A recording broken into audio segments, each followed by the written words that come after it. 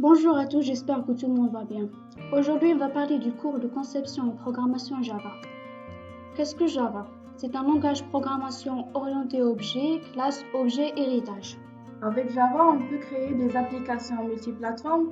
Les applications Java sont portables, c'est-à-dire on peut créer une application Java dans une plateforme donnée et on peut exécuter sur n'importe quelle autre plateforme. Le principe de Java est write once, run everywhere. Open source, on peut récupérer le code source de Java, ce qui permet aux développeurs, en cas de besoin, de développer ou modifier des fonctionnalités de Java. Structure de langage Java. Au niveau syntaxe, Java est un langage de programmation qui ressemble beaucoup à langage C++. Toutefois, quelques simplifications ont été apportées à Java pour des raisons de sécurité, de optimisation. À gauche, on trouve un petit tableau sur les variables primitives. On a créé un petit exemple sur NetBeans. On a nommé le package exemple 1, public class exemple 1. On a donné des petits exemples sur l'âge et nom prénom. On a utilisé system out print NN et il a affiché en dessous bonjour Hamadouche, vous avez 20 ans. Les méthodes. On appelle fonction sur sous-programme qui permet d'effectuer un ensemble d'instructions par simple appel de la fonction dans le main de programme principal. Permet d'exécuter dans plusieurs parties du programme une série d'instructions. Cela permet une simplicité du code et donc une taille de programme minimale. Une méthode est une fonction faisant partie d'une classe. Elle permet d'effectuer un traitement sur ou avec les données membres des objets. Puisque Java, on peut manipuler des classes, il n'y aura formellement que deux méthodes, même si on pourra parler de fonctions pour des méthodes statiques qui ne mapulent aucun des données membres. Avant d'être utilisée, une méthode doit être définie car pour l'appeler dans une classe, il faut que le compilateur la connaisse, c'est-à-dire qu'il connaît son nom, ses arguments et les instructions qu'elle contient. La définition d'une méthode s'appelle déclaration. La déclaration d'une fonction se fait selon le syntaxe suivant. Type de retour, nom de la méthode, type 1, argument 1, type 2, argument 2. Et là, bien sûr, la liste d'instructions.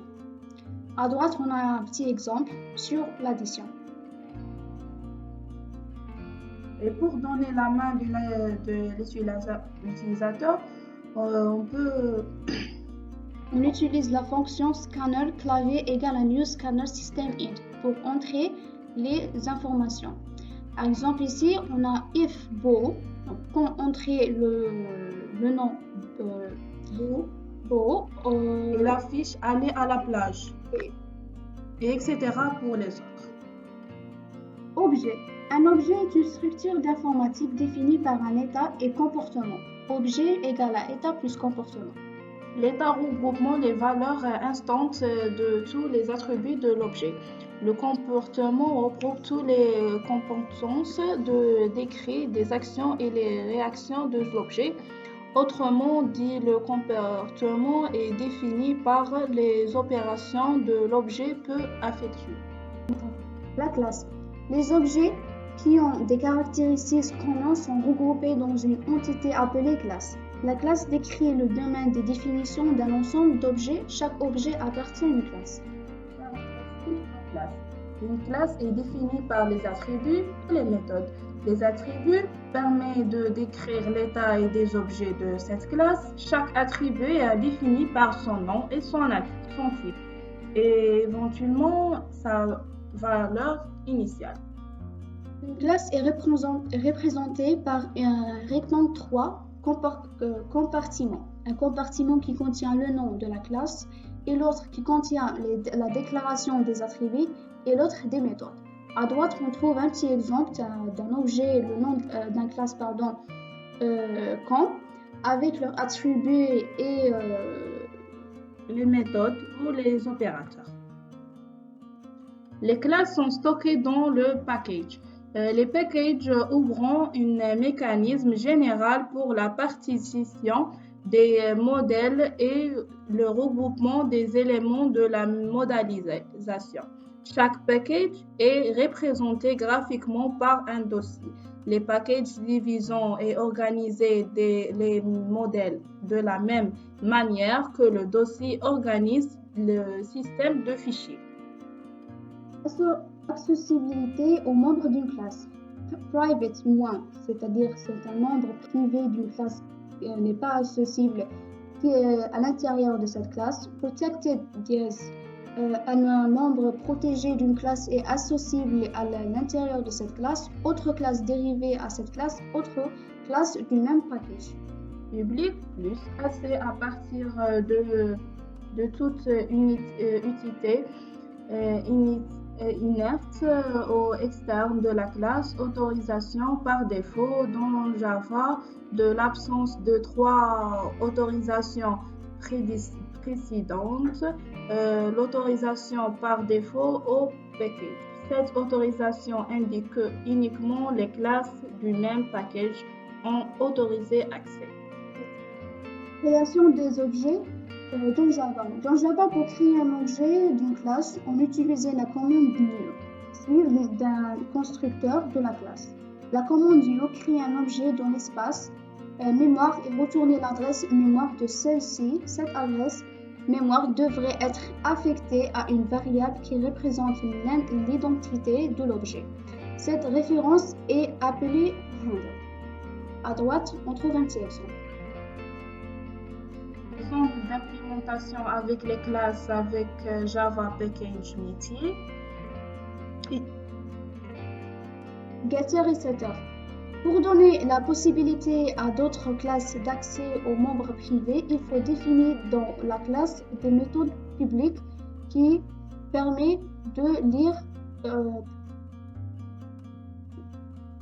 lire la variable privée de ce genre de méthode s'appelant les accesseurs ou getters.